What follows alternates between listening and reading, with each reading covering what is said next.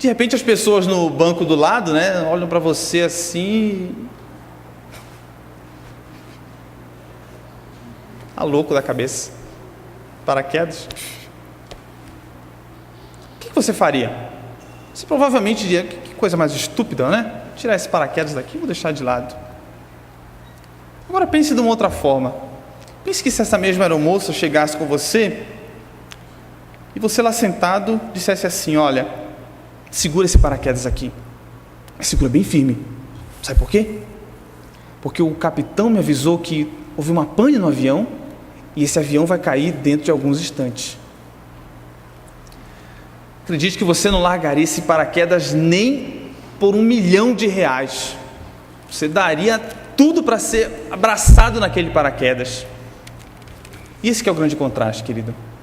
Essa que é a grande verdade. Da mesma forma que a ira de Deus se manifesta, a sua graça se manifesta. O mesmo peso da sua ira é o mesmo peso da sua graça. E isso então que é colocado nos versículos seguintes.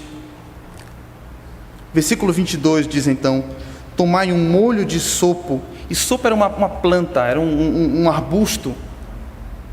Molhai-o no sangue que estiver na bacia, o sangue do cordeiro, e marcai a verga da porta e as suas ombreiras com o sangue. No versículo 23, parte B, olha só: e passará aquela porta, e não deixará o destruidor entrar em vossas casas para vos ferir. A graça de Deus então foi manifesta. Os israelitas então deveriam marcar suas portas com o sangue do cordeiro, e lá dentro eles estariam seguros. Você já parou para se perguntar também, por que um cordeiro? Às vezes eu faço, é importante a gente olhar para a Bíblia e se fazer esse tipo de perguntas, né? Por que um cordeiro? Não podia ser uma galinha, uma vaca, sei lá o quê. Por que tinha que ser um cordeiro? Por que tinha que ser um animal?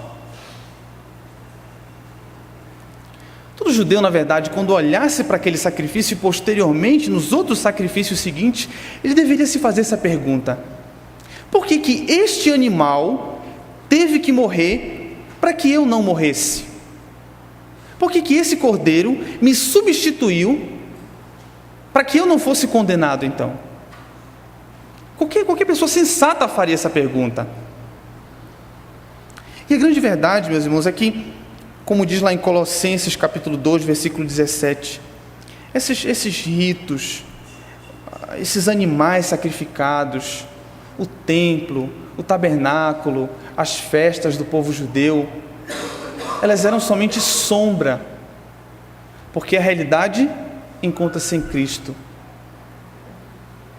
Se aquelas coisas eram sombras, elas deveriam demonstrar então, posteriormente, qual era a realidade. E o cordeiro então representava justamente o cordeiro perfeito que viria.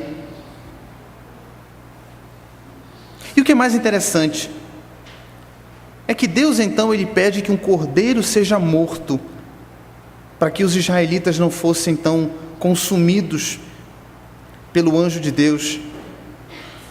O cordeiro da antiga aliança, ele deveria ser perfeito. Aquele cordeiro, no passado, ele deveria ser perfeito, mas nenhum cordeiro era. O cordeiro da nova aliança, esse sim é perfeito.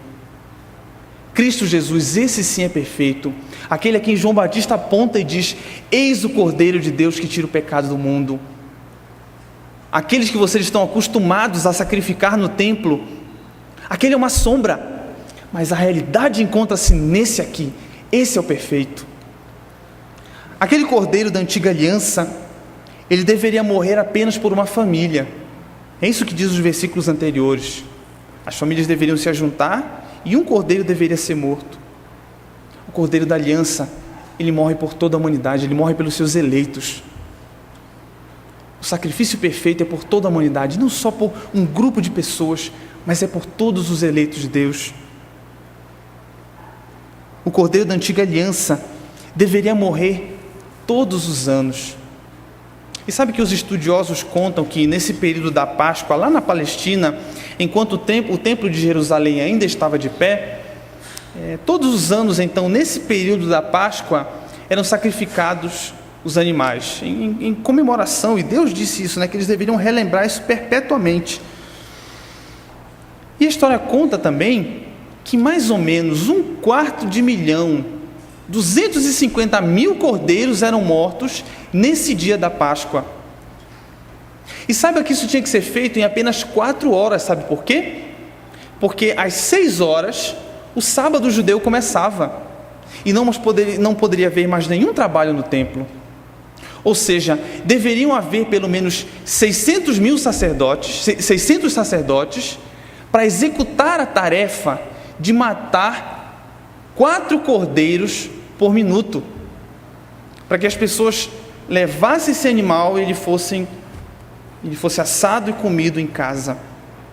Imagine o banho de sangue que não era aquilo.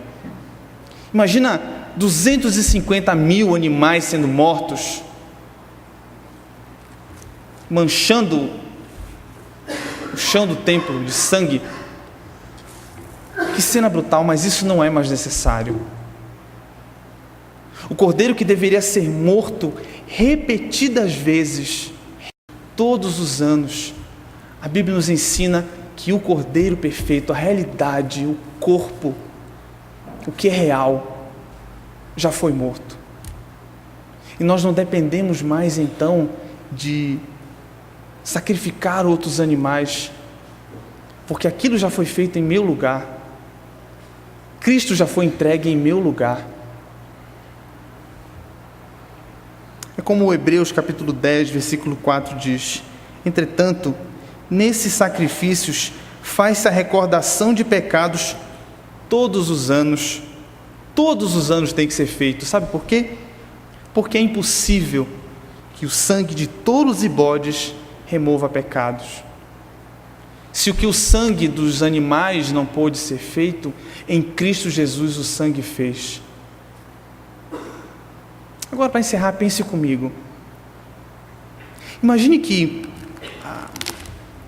um egípcio, vendo toda aquela confusão, no dia do Êxodo, pouco antes então dos primogênitos serem mortos, Moisés vai lá e diz: olha, tem que ser feito isso, esse animal tem que ser morto, vocês têm que assá-lo, têm que comê-lo todo, a cabeça, etc. As vísceras deixa de lado.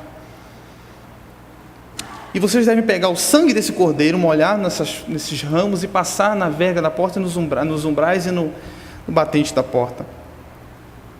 Pense assim, se um egípcio de repente visse aquela confusão toda, ele pensasse assim: bom, isso deve ser a nova moda, a última decoração de casas no reino egípcio, manchar a porta das casas com sangue de cordeiro.